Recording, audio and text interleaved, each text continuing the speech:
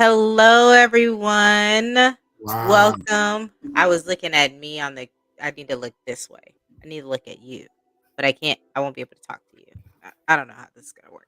Anyway, what up, everybody? Welcome to the Austin Poetry Sam Austin Poetry Podcast. This is Keep episode podcasting. 2.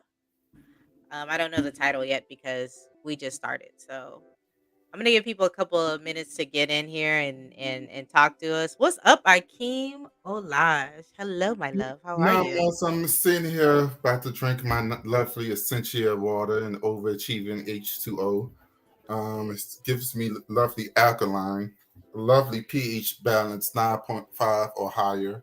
Amen. I'm saying this in order so that we could get a sponsorship. Right. Well, speaking of sponsorships, I we have a sponsorship. Well, we have a president. Let's talk about the sponsors. I want to like add. Want to make sure I'm saying it. Oh, wait, hold on. My iPad said I had it the wrong way. I had it the wrong way. Where is my? Oh no, it's in my email that I did not. Shout out to the Uh, sponsors. Shout out to sponsors. It is Alamo Draft House. You like movies? You like food? You like to eat food while you watch movies? With a Well, side of alcohol. with a side of alcohol? Well, look no further. You should get yourself down onto Alamo Draft House to see uh all the movies. And Anything that's you where would I like to go. see. Honestly, it's one of the last to me one of the last pillars of the Austin scene. It's like the last weird thing that we have. So um I also mentioned it because we are going to be starting our show there next week on What? April 19th. Oh It's my our God. reopening of the Austin Poetry Slam. We're What? gonna start with a open mic, and it's gonna be featuring KB. Oh man, I Don't just tell me lost it's their last KB name. Bookings. KB Bookings. Oh That's my what it God. I love is. KB Bookings. Maybe we can get them on the show. Joe B is gonna be here, but he said him had a meeting, so him Work had to do to, his to meeting first. But him said he gonna be here as soon as he can. Uh oh right, I forgot. I have to go Oh, on how I'm doing? Instagram. I'm doing Yes. good. Today's my partner's birthday. He's making the lovely 29. So he's Happy birthday, Derek. It's 39. okay. He's making 39. I was trying to give him. You were trying to give it to him, but he was like, "Nope, I'm 39, bitch. I'm sorry. I'm 39, and I'm I'm still 39. fine." Mm, mm, mm, mm, mm, mm. Yeah, I was looking something. Oh, what was I doing? I was like, "Why am I on the doing internet?" good. Worked. Watched the sun. That was fun. Tried to kill himself. That was interesting. I think you have to. You have to. You have to You have to qualify laugh that. You about it can't. because if you You. don't, I think you should tell the story before just saying kill themselves. We're gonna work. We're gonna work with you in okay, okay, your okay. delivery. The You're delivery. gonna have Okay. CPS called on us. Yeah. Well. Okay. So, um, the grandmother, the mother hen, is moving out of the home. So therefore, as the mother hen moves, they like to clean. So they mopped All the time. because that's what they do. And they left to go to work. I did not realize they left the mop water in the kitchen. So I'm in the living room working, right? Because I'm like, okay, got to get this done by 5 o'clock. I'm starting hearing water splashing. I'm like, where's the water? There's no water splashing in the kitchen. So I get up. My beautiful son has his toys splashing in the bucket of mop water, just yay, wee, wee, wee. And then I'm like, get out of there. And he was like, huh? I'm like, get out of there. He was like, but why? Because he always does this thing like when he wants to really, really like affect you emotionally. You're like, but why? But why? I don't know where he I'm got like, that from. I'm Ev- like, It is mop water. Get away from that. Ah, and then try to put his hands in his mouth. I'm like, get your hand out your mouth before you really kill yourself. He was like, and he was like trying to hold his arm like it was broken, but nothing's wrong with him. I promise you. It was a light flick. He's fine. And he's very much alive. Yeah, raising kids is hard. You just gotta not have mop water out. Um, just for hours and days at a time. That would Mm-hmm. be probably the safest route. To do that. To do that thing. Okay. Well, let's get on with the show. We can start up before tonight. We're gonna talk about. We talked about how we got in this land, but I think tonight we're gonna talk about the organizing of the slam, the hosting of the slam. Any funny slam stories that we have from our hosting career. Um, like I said, I started in 2008 in slam. I made my first team in '09. And then 2010, I was on the APS team, and I went back to college. When I came back, I was wanting to be in a more leadership role, a steward, if you will, of the craft. I don't know. I don't know what I'm sorry. I went into my first indies. Is it follow? Okay. I don't know if I'm lagging or am I lagging? Yes. The words are not Um matching your mouth. It's oh my very god. strange. It's But you still look pretty, so ah plus. thanks. Okay, well you start and then I'll see what I can do to speed me up. All right. So question one is which one do you like? Slam or open mic? So that's the first question that we wanted to tackle. And we're also going to talk about like big competitions, poetry shows, slams. Do we like curating those particular, events, or do we like participating? Which one we like more? It's kind of like which one you like more. So, preface: this is not to say that we hate anything, but as human beings, there's always something you like doing just a little bit more than something else. Don't mean you hate the other thing. You just like this a little bit more. All right. So, question one: slam or open mic?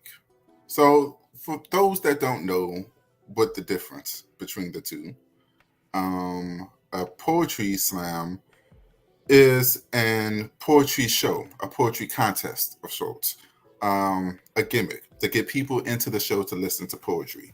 As Americans, we tend to not like things unless it's a competition, unless there's blood, unless there's a winner and a loser. We don't like anything where everyone gets participation trophies because we're Americans. So, in the 90s, 80s, um, a couple of poets decided to adopt what was happening in hip hop with like hip hop battles and ciphers and things like that, and try to combine that with um, Olympic scoring and say, well, we could do this, get random people out the crowd, give them scorecards, and then they just judge poetry. Yay, we're gonna have a winner chosen by the crowd. It's kind of like Showtime at the Apollo, but instead it's not like by round of applause.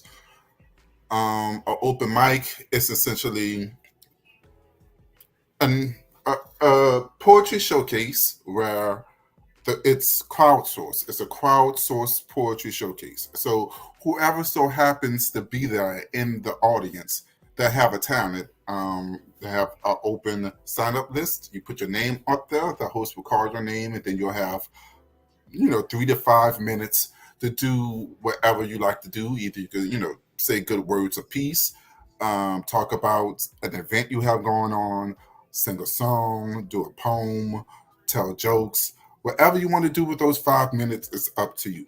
So that's mainly to do the difference between a poetry slam and an open mic. Um, Tove, is there anything you would like to add?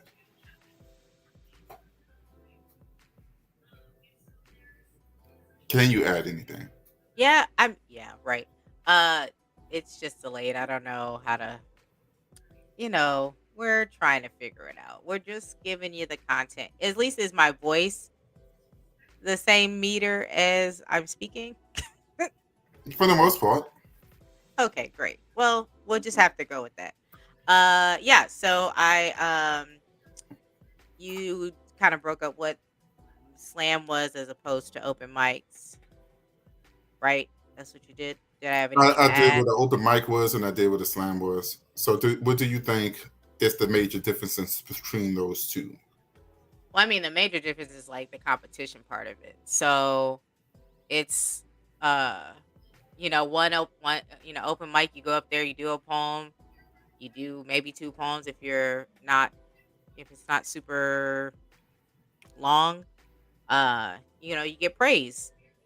And a slam is a slam, is a competition. We all hear, not everybody doesn't enter the competition the same way. Some people are like, I just do it for the love of poetry. And then some people are like, nah, I can slam against my mama and I'm still beat her. So it's just on how you interpret competition.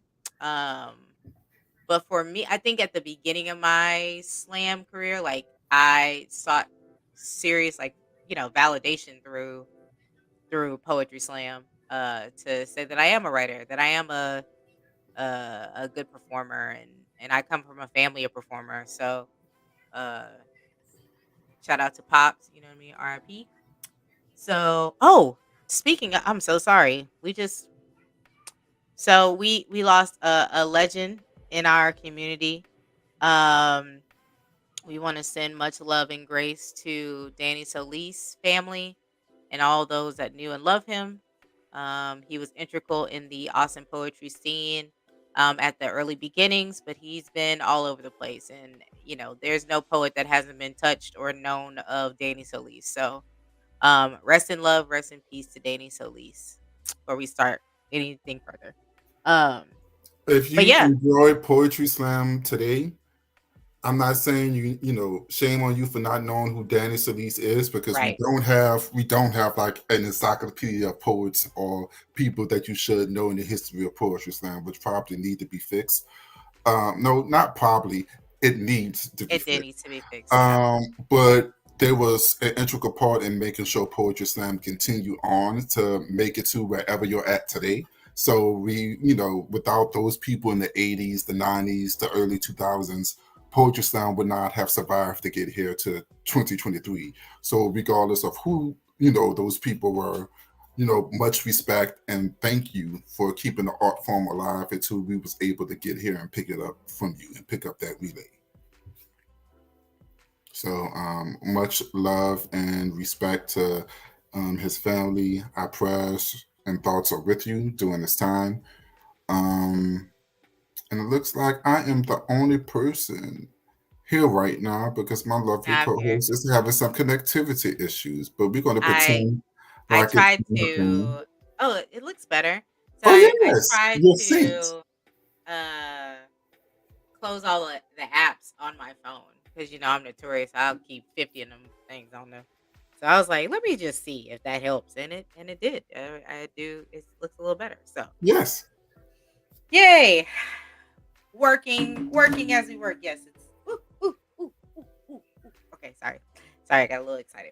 Mm. Um, But yes, much love to Danny Solis and his family. Our thoughts and prayers are with you during this time. He was very integral in Poetry Slam, and we would not be here like we stand on the shoulders of giants. So thank you yeah. for being that shoulder. And you know what? Like I'm gonna who was one of the founders of Awesome Poetry Slam, also Mike Henry. They were on the first team together. I'm gonna post a picture of them on our website tonight. Um, but we have comments. But yeah, please. Oh, someone said happy birthday. Oh, Derek, you got a happy birthday. Happy birthday. So yeah, I'll post that later. But back to what I was saying. So um, it got to a point. I think like I think I talked about it before, but the 2013 um team was kind of like my Hollis Opus. Like I was like, this is the perfect team, the perfect storm. We have great poems. If we're gonna make it a final stage, like this is gonna be the team that do it. And then slam happens to you, and then you don't, and you're like, you know what? I gotta find something else that's gonna give me the same. Because I love being on stage. I love talking to people, being creative, and all those things. I couldn't put myself through that kind of like mental anguish of being on a team. And when you hear the MC say the MC spill, like you're like, okay, well, it's like being on an airplane. When if it crash, it crash. I'm in it. If I don't, I don't. We'll see how it ends at the end of it. Um, but yeah, I find a lot of comfort by creating those spaces now, and I'll slam sometimes, like for funsies. But I don't know if I would, and I never say never, but I don't know if I would slam. I don't know if I have that in me to slam like in that type of high caliber poetry kind of slam again. Maybe indies, maybe when the kids get older and I can actually memorize poems again, or not memorize poems, or just have poems I really feel passionate about. Then Mhm. yeah, maybe I'll do that then. But I'm not feeling that. How are you feeling? How you feeling about slam? How you feeling about being on teams and all that? Um, I don't know. I have a child now, so things are different. Like when you say team, I'm like, so you mean I have to work all day and then not spend time with my son? Right. That's funny. Um, I love the team aspect of Poetry Slam. I think I mentioned before, teamwork makes the dream work. When I first started Poetry Slam, my major successes came within a group setting, like with group pieces. That's where my writing thrived the most, Hmm. especially earlier on in my career. Um, my team used to call me the Missy Elliott of Team Snow because I was like on everything, putting it down, flipping it and reversing it. Flipping and Um, reversing. Yeah, yeah, you're. so I love team slams. Like I love it. I like the diversity. I like the creativity that you hear in the pieces. It's not going to be a straightforward piece like an indie, even though sometimes a straightforward piece is just what you might need in order to Yeah. like really get it together. Um, and Yeah, for I me, definitely miss being on a team. I don't mhm, necessarily care to be in a slam with a team.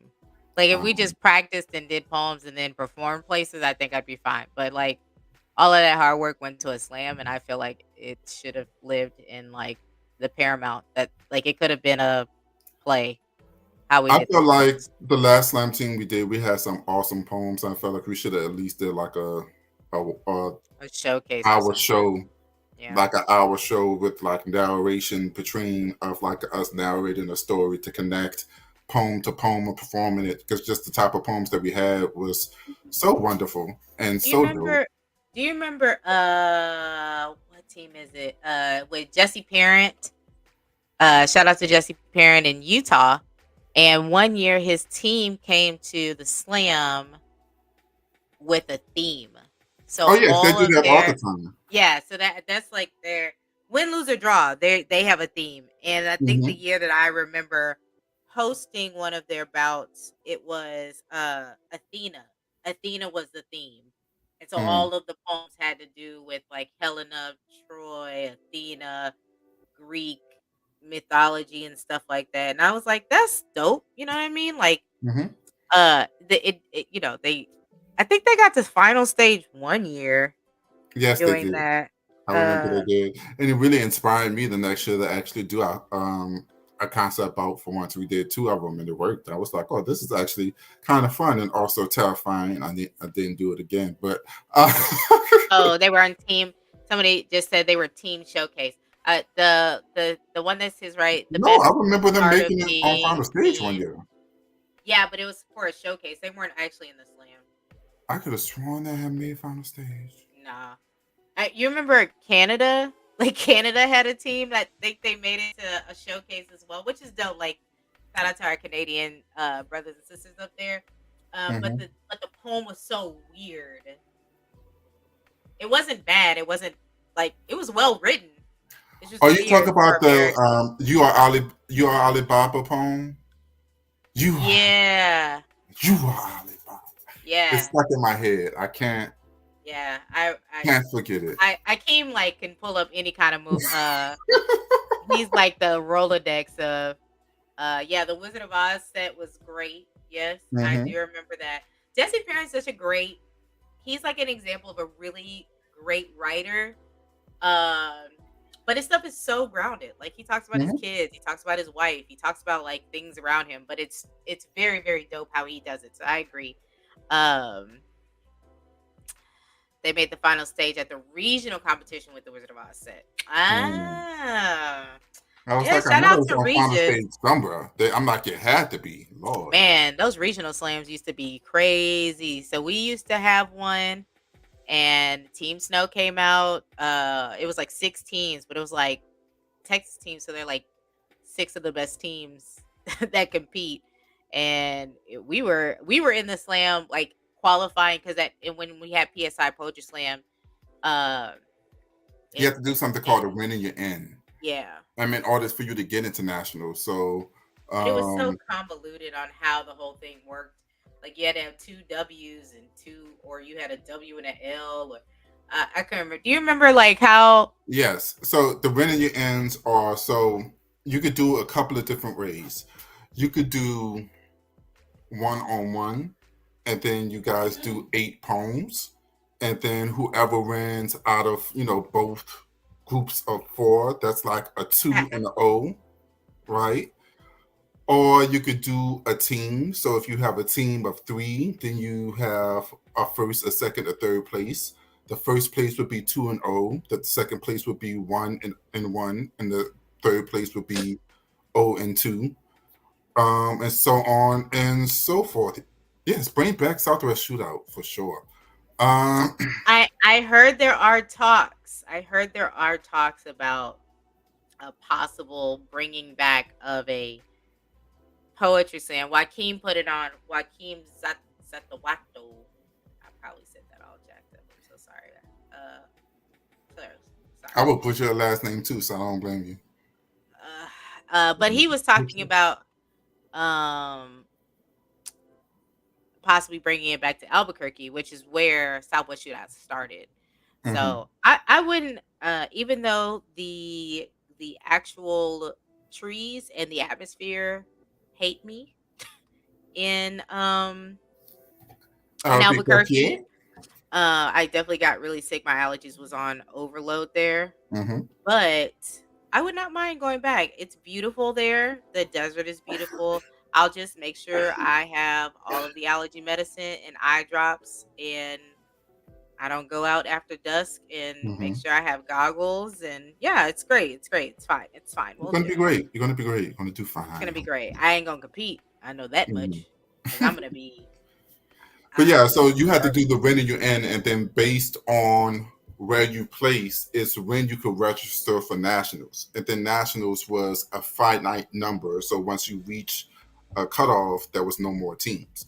So that's why the when and you end was important because either you could, register in the first 2 weeks or the next 2 weeks after that, or the last group, and then the last group normally have like 10 or 12 slots left. So it'd be like everybody mad dash at the last minute to get their last spot in, or at least that's the thought behind it. Towards the end of PSI, pretty much if you just did it when you're in and wanted to go to nationals, they was gonna let you in. So Yeah, I think at towards the end of like the PSI reign, they were kind of just like, "You want to come? You coming? then Just you're tell me coming. when you're coming. Then tell me when you're coming. Then tell me when you're coming." Uh, but yeah, I think Austin did a couple of them, two of them, I believe. Yes. So Austin, you're gonna trick me. I know it. Austin hosted it in I want to say 04 and 05. It was back What to back. It was nationals? Yeah, nationals. nationals. I think it was 04 and It oh was 05. actually 6 and 7. And this is why I remember it was 6 and 7 Wow. because in 2005 I was at Brave New Voices with Shannon Lee and Aja Monet because we always in Brave New Voices together along with Danae Smith. Think about that. Like Wow. these, this was my like B&V, we teenagers partying up. And now we all like just poets out here. Very, very strange and beautiful. Also, Pages was there too. Pages started in the youth slam for sure. Pages was There's a up in lot there of too. people. Elizabeth Acevedo, she Mm-hmm. started in youth slam. Joshua Bennett. Uh, I don't know if no, he didn't. I was about to say Clint, but Clint started in Providence. Technically, he didn't start but he was young. He was Mm-hmm. like 1920. I don't think he. I think he aged out of youth slam before he got into it. But yeah. Mm-hmm. Uh, okay, so 06 and 07 was Yeah, and I APS. know because Aja Monet and Shannon Lee had made like indie finals or team finals one of those years, and it was like a big deal because they just came from like the youth scene, so people was like blowing it out of proportion, not realizing Yeah, it was just amazing riders, so that's why they was made final stage. Doesn't matter I'm how young they Sh- were. Shannon Lee is the reason why we even had a youth slam. So it used to be called under 21. Uh but they had to change the name because you had to age out of what, like 19 out Yeah. of BV. So it felt weird saying under 19 that didn't have the same ring to it instead of the under 21 team. But yeah, so Shannon Lee, she the story is, the legend tells that she was going to there was no youth slam at all, but she wanted to slam, and so her mom used to take her to bars, I think egos and stuff, and she would slam against the adults and be whooping they tail. They were like, "Dang, who is this girl? Why is she here?" And then they realized she was too young. Like, she made it so far on the team to make it on the team, and if she made that team, she was gonna be slam champ. So then they was like, "Girl, how old is you?" Uh, uh, your mama here every time. It's great that she's supporting you, but how old is you? And she was like 17 at the time, something like that. And so it was like, "Nah, you can't be on the team." And so her mom started the under 21, and the rest is history. And we're trying to bring it back. The pandemic bit was pandemicking, and we're trying to bring that back, but yeah, shout out to Shannon Lee, shout out to Dr. Sheila Shaban for even starting that seed, that we hope to like keep growing and keep it going again. um Joe be taking a long time. It's all right. We Oh, love him. We know sometimes bills have to get paid, and you got to pay the bills. bills gotta get paid, bills. Yeah, so we can start. What is so we have a couple of questions that we have been thinking about between just hosting and organizing, and just kind of like our story, and how that, how this whole life is going for us.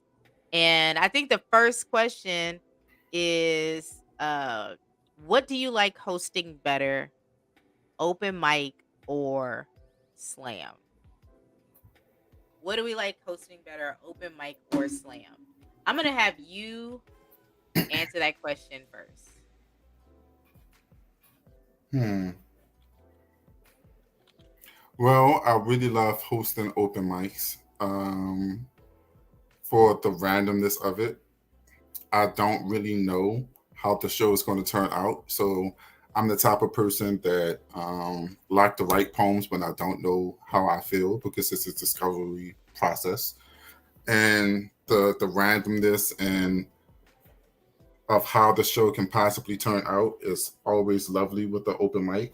Um, what I don't like about open mics is that you can run into a situation where you have some people that could be kind of offensive, but they're already Mm, up on the mic, so you have to let them still be there, and there's really no way that you could tell them anything, and then they'll just be walking off like, "Yeah, I did that, but you just offended all the women here with your BS." um, so that's like the downside of open mics. I love it and hate it at the same time. Slams. I mean, I've been hosting poetry slams for so long; it kind of feels like second nature. It's a steady yeah, meter of the show. It's not really too much I can do as a host. Like I can't really talk or joke with the audience when I'm hosting because I'm always on the time crunch, right? And I yeah, also can't do that before particular poets or after particular poets because that could be seen as favoritism or something like that. One time I was going too fast and people thought, well, you giving favors because you called out scores for this team slow. I'm like, I'm calling out the scores. Ask the judges give them to me. But anyways, slam is just like such a steady structure, and I always could like just dip in and go ahead and do it and get it done with. I like open. I like hosting open mics more because I get to talk and joke a little bit more. yeah. But slams are dope. I love hosting slams. I haven't hosted a big major one yet, like you, Madam Iris DC 2015 in the synagogue. That was fun, man. I feel like, you know, to me, I feel like in hosting, I love hosting in general.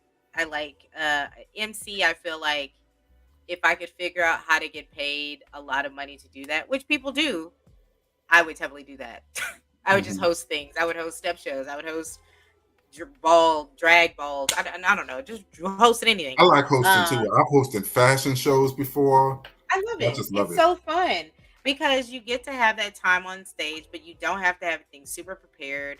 I don't have Um, to do a poem, so I just I get to don't talk. have to do a poem, so I just get to have fun with the audience, and I like having a good time. I think as far as the excitement and energy, I love hosting a slam, but only. I mean, I like hosting slams at home too, but it's so fun to host like semis and finals, like team slams because you do so you're the you only have 2 hours from start to finish, and you have to get through 4 rounds of poems with 4 poets, 4, 8, 12, 16 if you're at home trying to count all that together. 16 poems in 2 hours is tough. It's tough. And my challenge always is how can I create a experience with the slam. um so yeah, I love hosting. He mentioned I got to host iWhip's finals when we were in DC. It was in a beautiful synagogue, and one of the only caveats to being in there is they said that you cannot curse, and I was like, I guess. For so many people on that final stage still cursed in the race, and I loved it. Yeah, like I was like, listen, I can hold my tongue, but you ain't gonna be able to tell these poets that they can't curse in a synagogue. You shouldn't have had it at a synagogue. And no, I think it was the most beautiful. It had oh shoot, His daughter need to tell you something really bad. She's out hold there on, dying. whoa, whoa, whoa, No, no, whoa, we whoa. on podcast, baby. Hold on. All right, well, we're just gonna keep on going. It was in the most beautiful synagogue, and they said don't curse, but people was cursing anyways. They kept it tasteful, right? No one was cursing and just being like vulgar, saying, it was very tasteful. It was if you call somebody a stupid motherfucker, you explain why they was a stupid motherfucker for like 2 whole minutes before you got there. So it was very tastefully done. I hope I hope nobody got in trouble because of it, but who knows? Um, but yeah, so Tolu didn't get a chance to answer, but I guess I would just elaborate a little bit more on. Oh, she's back. Okay, you're back. In effect. Welcome back, my friend. So another day in parenting world. Um, my daughter, I'm picking her up early from school. That's beside the point. But um, she had a falling out because she didn't want to make a lunch for herself. But she don't have to make a lunch for herself because I'm picking her up early. Yep. Welcome to parent life. That was it. That's all that was wrong with us today. Welcome to raising a toddler. Or not toddler, a 6-year-old. So yeah, that's I didn't get to hear the thing you said, but I'm sure that it was Oh, I your just further elaborated on, like, how tasteful the poets use curse words that night. Like, oh. if that Mm, calls you a dumb motherfucker, they explain why you was a dumb motherfucker for like 2 minutes and 30 seconds before they that's called you a dumb true. motherfucker. You know what I'm saying? It's like they Yes, didn't just that is true. It was leave very you good. with that. It was Um very, very tasteful all the way and it through. was the most people of color I've ever seen in a finals, which is dope. The most women of color I've seen in a finals, in an IELTS finals. That was dope. Yeah, man. I wish. I mean, again, 2019, I think, was all people of color as well that yeah. made final stage. Yeah. We definitely took took over slam like basketball. Basketball was created by Jewish people. If y'all didn't know that, and then black people found a ball in a basket, and we were like, oh yeah, we got that. We could do that better. And so that's what happened. Anyway, so final, your final answer. Open mic or slam? Which one do you For like me, it's most better? open mic I'm gonna say I and love variety shows. I love opening. I love creating experiences for open mics, but I love hosting slams at like a national level. Okay, so now that we've got through that one, what is our second question?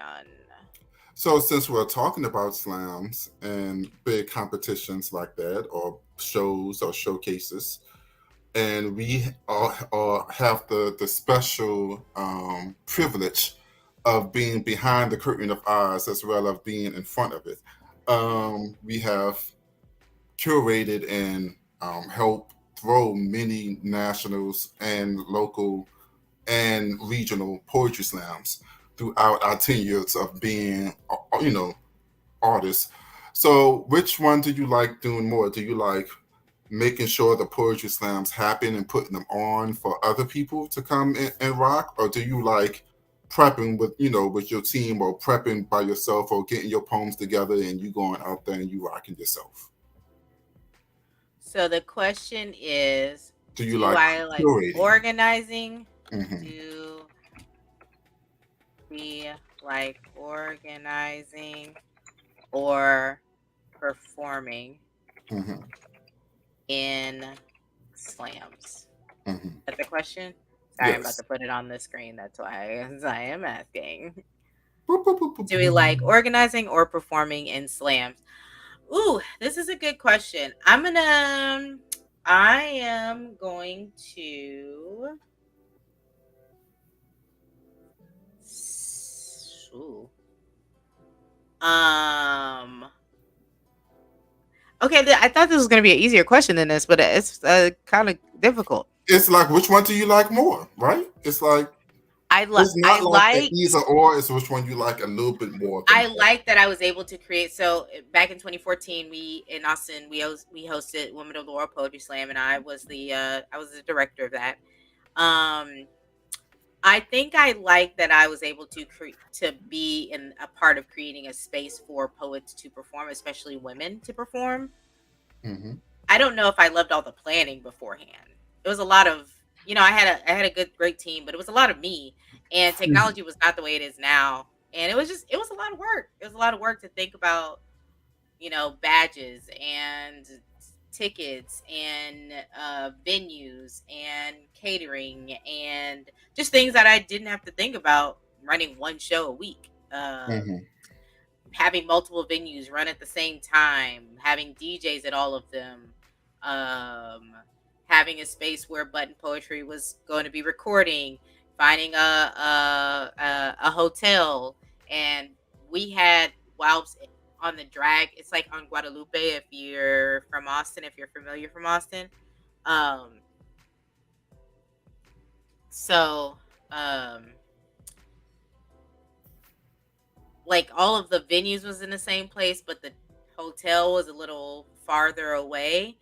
Um, but we had to make concession for what we had venues, and so it was just a lot of like prepping and planning. But I think it's made me a better like leader in my role in my my 9 to 5. Definitely that Mhm. experience definitely made me a better leader, a better person of organizing and directing people and stuff like that. So I would say that. So what is yours? What is yours? Um, hmm. I was being so busy actively listening and not, leaving while you was talking. I'm joking. I was spending so much time listening, I didn't even think about my answer. I guess, Yeah, think about your I answer. guess I would say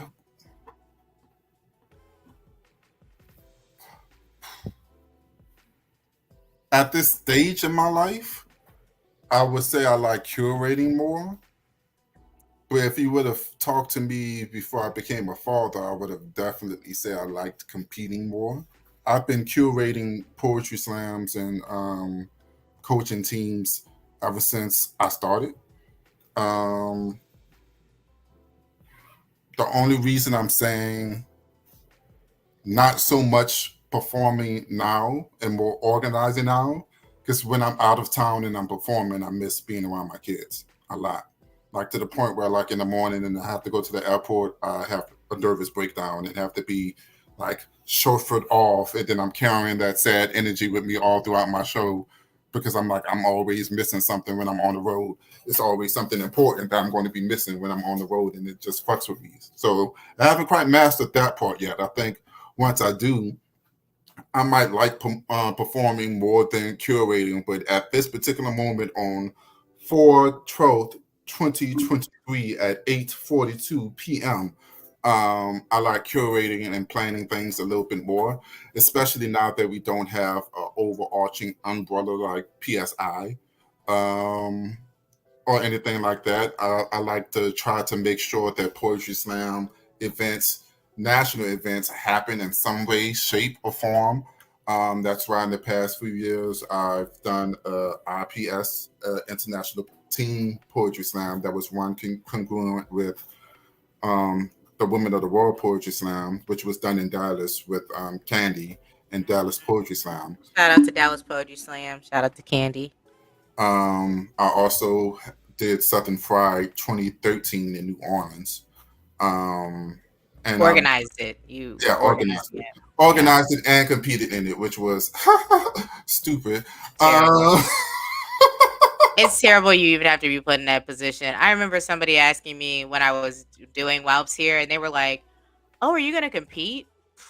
Are you dumb? Why would you ask a question like that?" No. what First I of all, I don't even especially think I couldn't can. I couldn't. Like I think contractually, I could not slam and host the show. That's contractually I wasn't supposed to either. So when the slam got started, I lost my ranking or my tag as tournament director.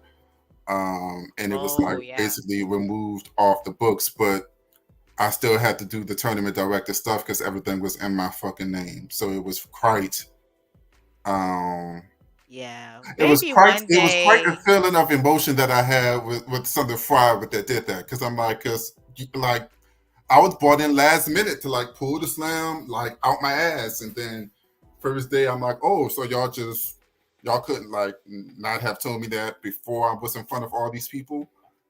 Got it. Uh, Yeah, yeah. amongst other things that happened. There But are things that have happened in Slam that we are definitely going to try to not talk about. not happen again for sure. Not talk about at all.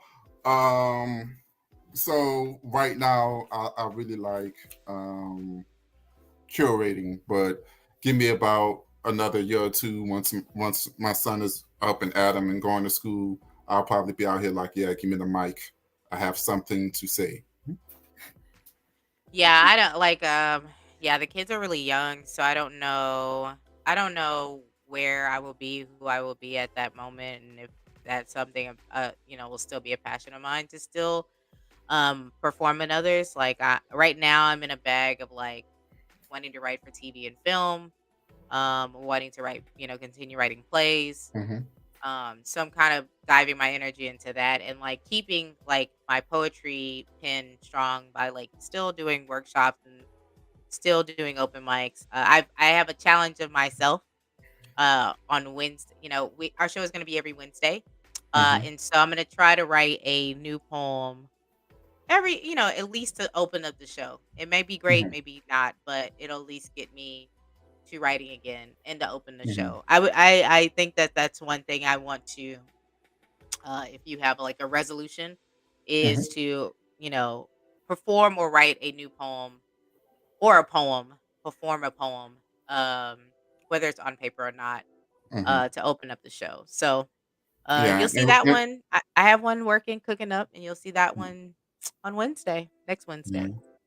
I guess for me, like, even though I don't really slam, big competitions unless it's like an invitational, um, what kind of keeps my pen fresh is that I still have to tour. Like, I'm still like a touring artist. I still go to colleges and speak. I have features that right about now that's going to be happening at the end of May, May the 31st. I have a feature in Dallas April 29th. I have a feature in August. Like I still have actual shows as a spoken word artist because I was never just a slam artist and slam was all I did. I've always done shows outside of slam that had absolutely nothing to do with slams. I've done so many hip hop poetry shows.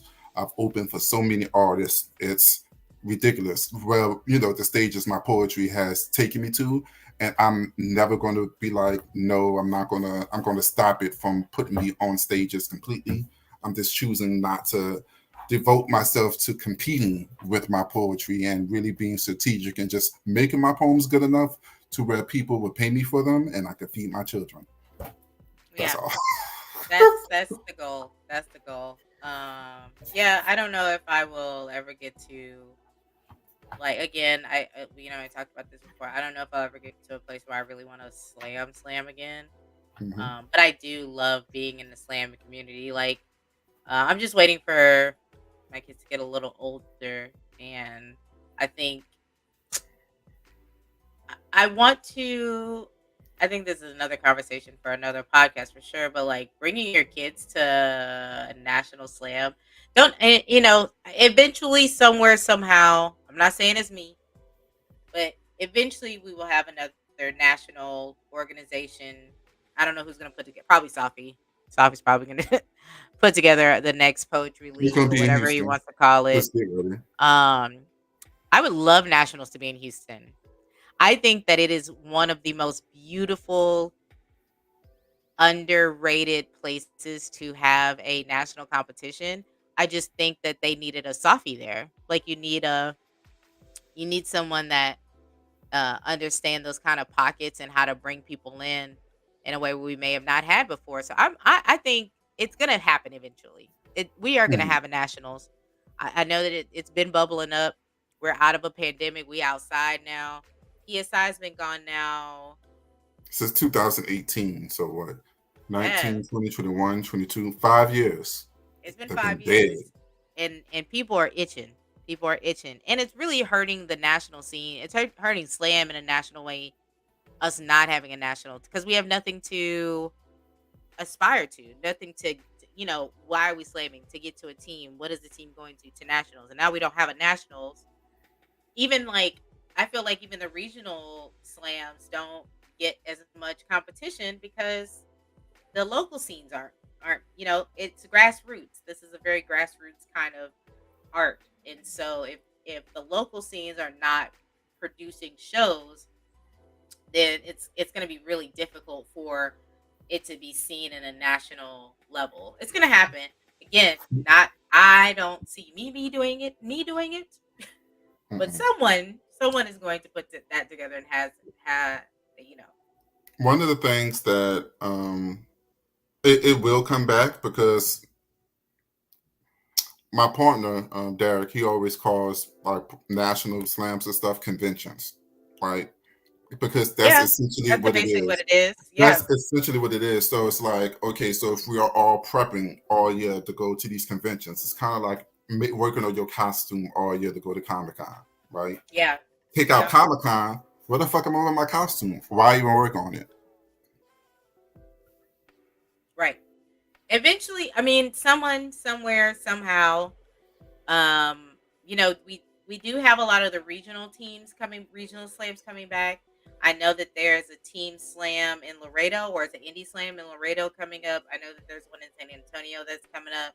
Um, I know Southern Fried is gearing up again in August, which I hope that we're able to go to and take the kids and stuff too. So I think that that'll be really fun. Um, I'm gonna go to the day stuff. The only problem is, which hey, if you're organizing slams, like a lot of us have kids, broskies, so we would Hmm. love to be able to have some kind of like childcare or something there to support. You know, put that a part of the registration if you would like childcare. Add $50 or something to your stuff. We wouldn't mind doing that. Hmm. Now, it's not just any Joe Blow that's gonna be watching the kids, but yeah, we would love to have that as an option in order to be just a little bit more inclusive into the slam world. Hmm. I agree. Uh, I have to think about the children. It's bad enough our poems. We can't bring our children to the poetry slam. yo, we were thugging it out with Harper. I remember I was hosting at a bar and I had to bring Harper. Like I didn't have a choice. And Christopher Michael, shout out to Christopher Michael, 310 Brown Street. He said, I have a friend in Dallas who can watch Harper.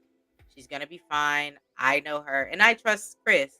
But like, I didn't know that woman, and she swept my daughter away and took her somewhere, and I hosted, and I was very very nervous for a couple hours. But my daughter came back. I got her back.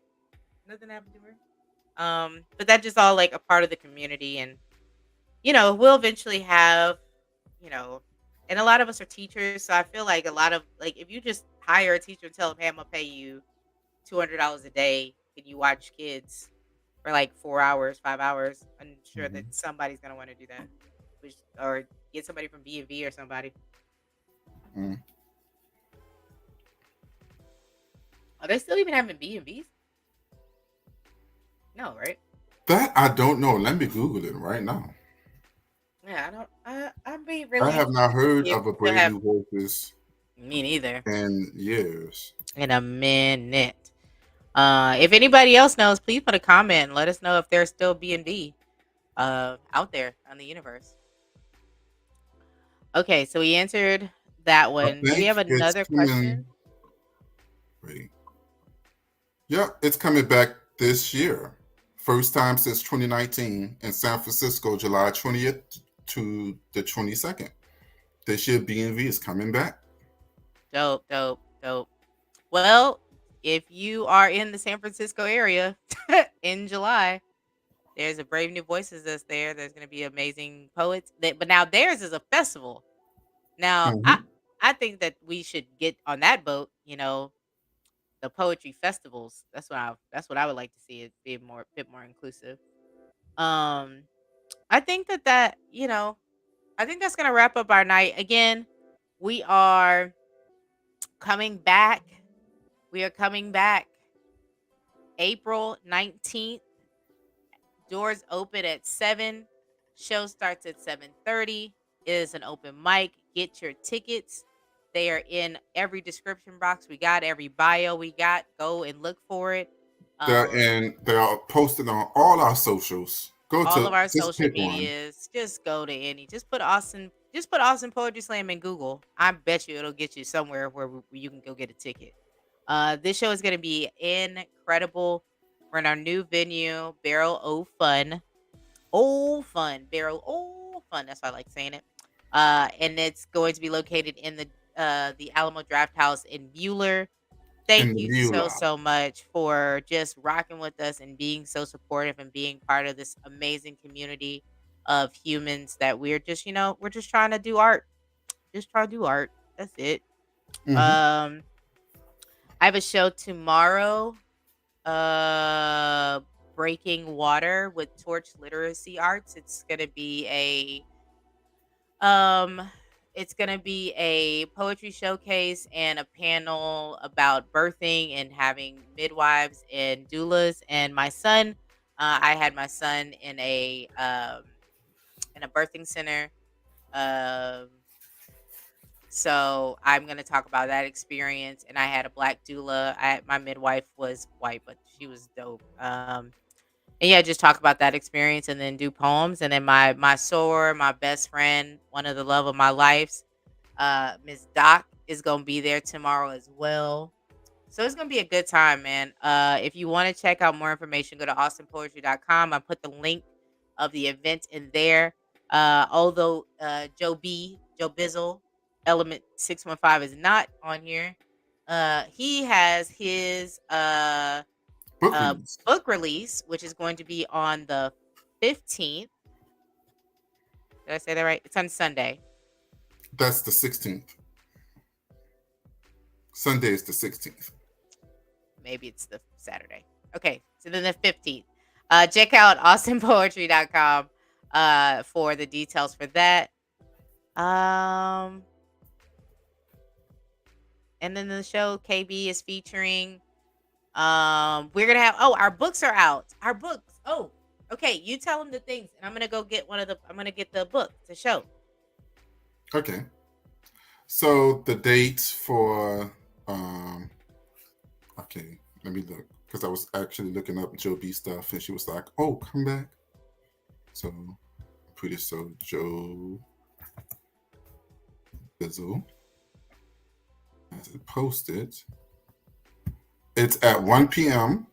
at Kick Butt Coffee, 5775 Airport Boulevard, with special guests Janine Dot Kruger, Faith Janae, Tim Trainer, hosted by Tova Charles. Signed copies will be available. It's called No Title. It's the second edition.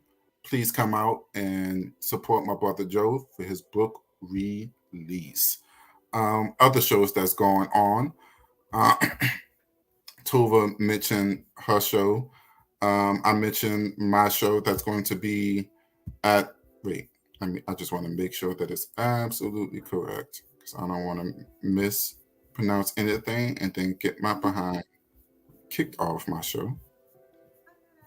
Oh, it's Yes, it is at. See, I was just going to say it, the Flamingo.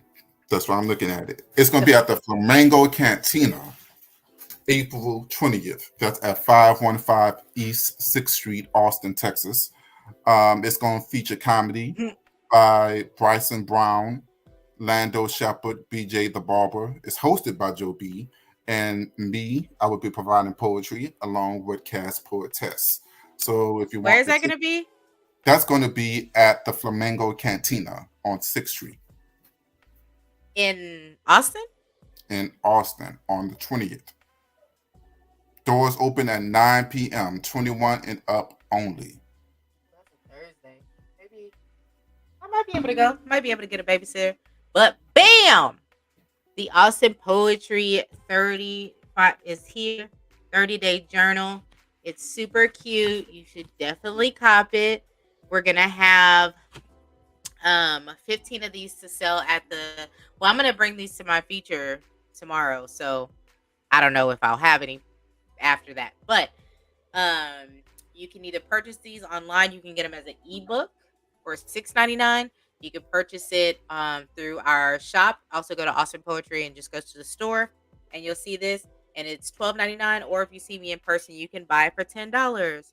Only $10. You How can't can afford you to not buy not to buy it?